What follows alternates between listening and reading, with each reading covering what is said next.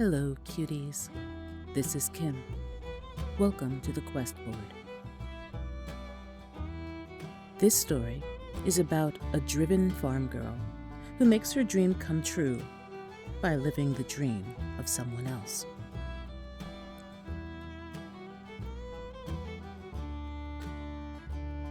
The familiar weightlessness moved through her body like a wave as she realized that she had passed the point of no return. Not again, she thought to herself. Her backside had lifted so high above the saddle beneath her, and the arc her body moved in was so clear that she could anticipate the general area where she would land. With unfortunate expertise, she kicked her feet free of the stirrups. As she released the reins and pulled her arms in to protect her head, she heard the jeers coming from the hands who had gathered at the pen fence to watch her. "She's coming in hot! Watch out! Everybody, duck!" There it was. Almost no one called her by her given name anymore.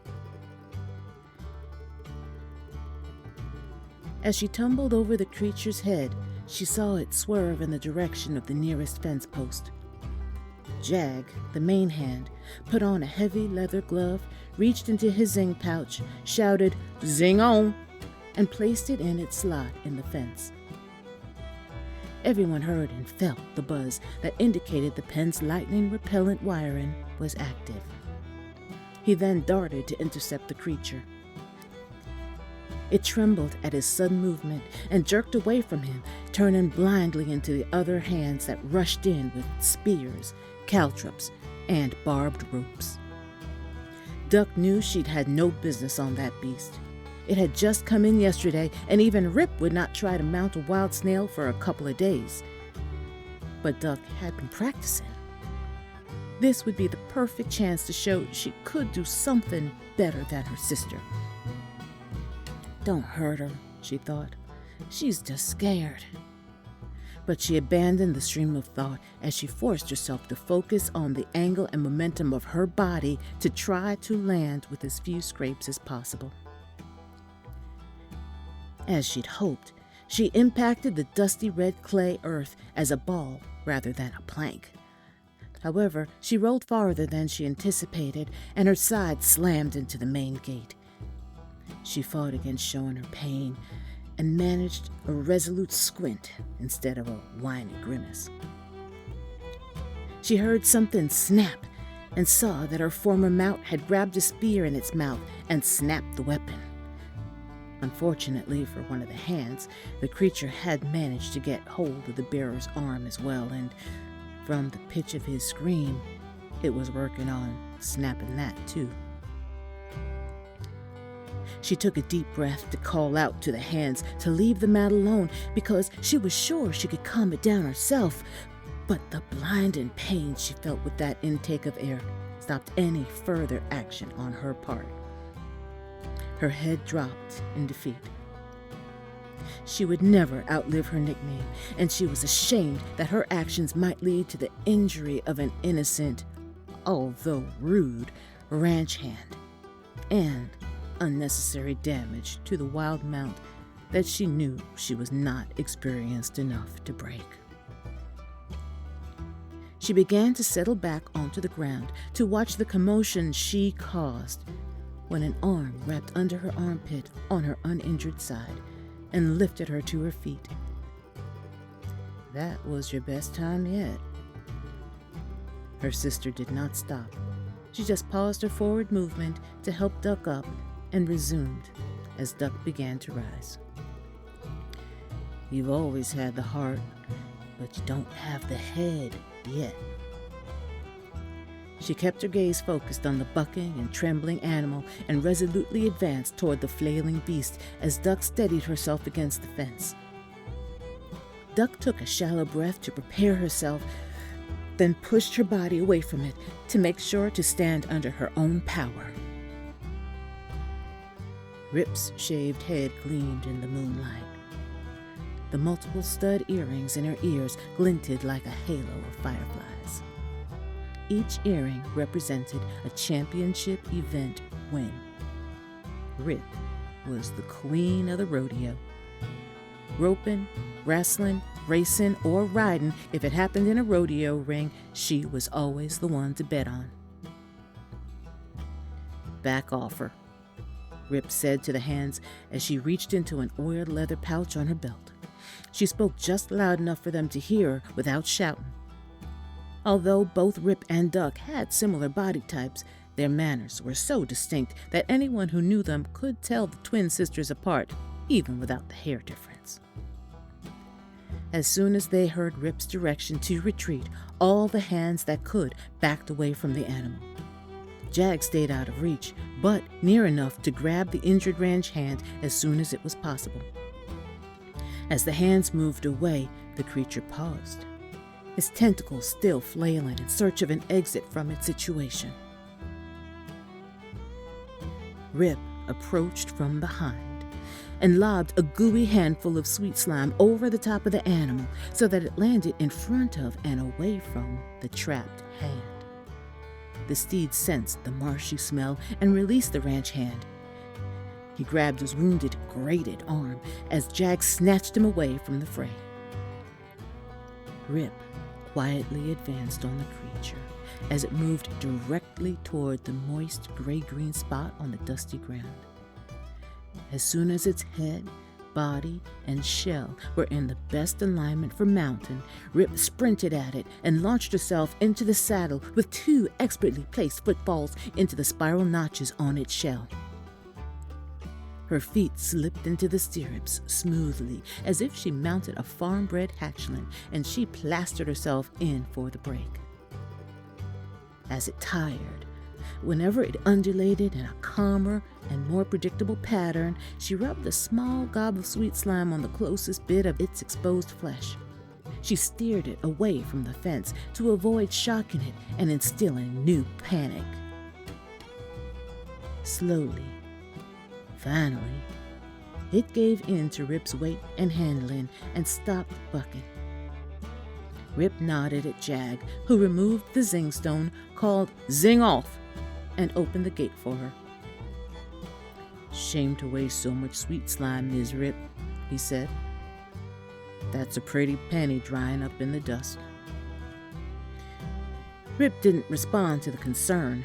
They all knew that the ranch had to stretch all resources as far as possible these days. "I'll get her settled in," she said to Jag. "Then I'll finish packing. My next show is days away, so I won't be back for a week or more." "No problem, Ms. Rip. We'll be here when you get back." Duck watched as, through coos, whistles, clicks, and careful placement of sweet slime, Rip rode the beast from the gentling pen toward one of the holding pens. Finally, Duck turned to go fetch a healing salve for her ribs. Suddenly, she jumped back, startled as she saw the short, solemn figure of Uncle Squat standing behind her. A few inches shorter than his nieces, Uncle Squat frowned up at her, but his height had no bearing on his authority. This was his ranch. Sure, his star niece Rip kept it afloat with her winnings, but nothing was more important than the land and the livestock. At least right now, he didn't smell too pickled by whiskey. "That hand got mighty tore up because of you," he said coldly. He grabbed her ear and twisted it cruelly. "Nary a ring, and you think you can jump on a wild steer like your sister can?" He stopped short and stared at Duck, as if seeing her for the first time. She didn't know what was going on in his mind, but his eyes began to dart around with uncharacteristic deliberation. "I know how you can make this right. Come with me." He grabbed her hand and pulled her after him as he strode quickly toward the carriage house. "We'll be gone 2 days, tops. We got plenty of time."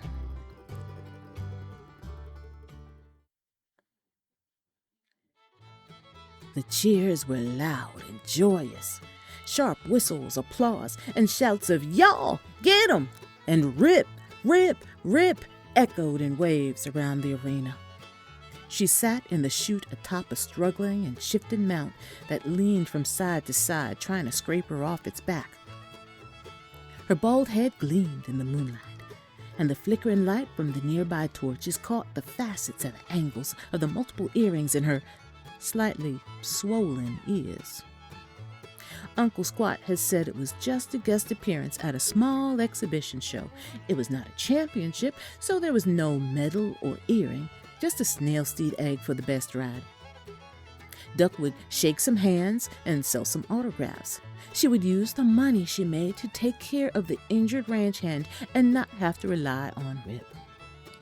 To Duck, it sounded like fun, except for getting 15 piercings in one day. But then she heard the announcement. The snail busting competition is next. Competitors, please make your way to the chute area. For a special treat, Ms. Rip has decided to compete. Let's hear it for the queen of the rodeo. Cheers went up. Betting began, and Duck almost fainted. Uncle Squat, I can't ride like Rip, she pleaded. Just hold on as long as you can, he spoke reassuringly. But the glee she saw in his face made her uneasy. Don't worry. Miss Rip, you okay? Is that blood? Duck felt a tiny trickle run down the side of her neck. She wiped it away and shook her head at the chute hand to let her know she was all right. All right, Miss Rip. Anything you say, just nod when you're ready. Duck looked down at the swaying mass of muscle beneath her, then out at the crowded stadium where thousands of goblins squeezed themselves into the aisles and craned over the fences to get a glimpse of the expertise and flair of the famous Ms. Rip. No one would yell duck if she came flying off a mount today. She took a deep breath. Her face and mind became serene as she visualized her twin, and she imagined the calm and confidence her sister appeared to feel in the chute. The creature beneath her shifted to squeeze her against the chute fence again, and Duck rocked left and right, using her weight and musculature to reposition the animal. I'm not going anywhere, she mumbled to it. So you best get used to it. She watched the twitches that rippled across its skin and felt the sway and rise of its shell. Just as she felt the slightest release of tension in the coiled muscle beneath her, she nodded.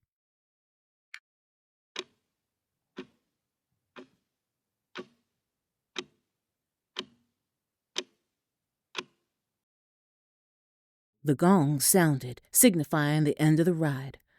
The clowns bounded into the ring, and a pickup rider appeared alongside Duck's mount as it bucked and shook and twisted beneath her. She'd done it.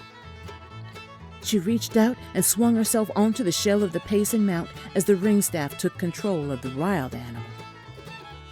Duck waved her hat in the air and hooted, and the devoted audience hooted back and chanted again, "Rip! Rip! Rip!" She dismounted cleanly and bowed deeply before the whooping, stomping crowd. When she stood straight up, her uncle again snatched her by the hand and rushed her out of the ring. "What's wrong with you?" he said through gritted teeth. "You weren't supposed to win." Uncle Squat rushed Duck out so fast that the MC had to chase her to give her her prize. Her first show prize. She tucked it into her shirt and cradled the chilly shell against her flushed, sweaty skin as she and her uncle hustled away from the event grounds.